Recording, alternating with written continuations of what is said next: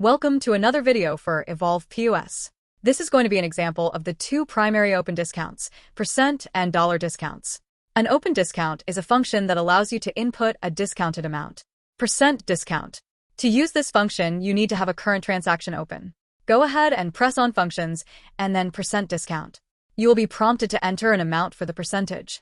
In this video, we set 10% as an example. Now hit Enter and you'll see that the total amount of the transaction has changed. You can also verify that a price has been modified by pressing on an item and reading the description. On the printed receipt, there will be a section that will show the applied discounts. Next, dollar discount.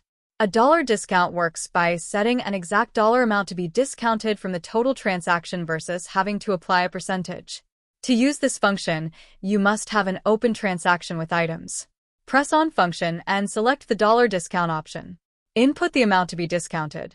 In this example, we use $2 and press Enter.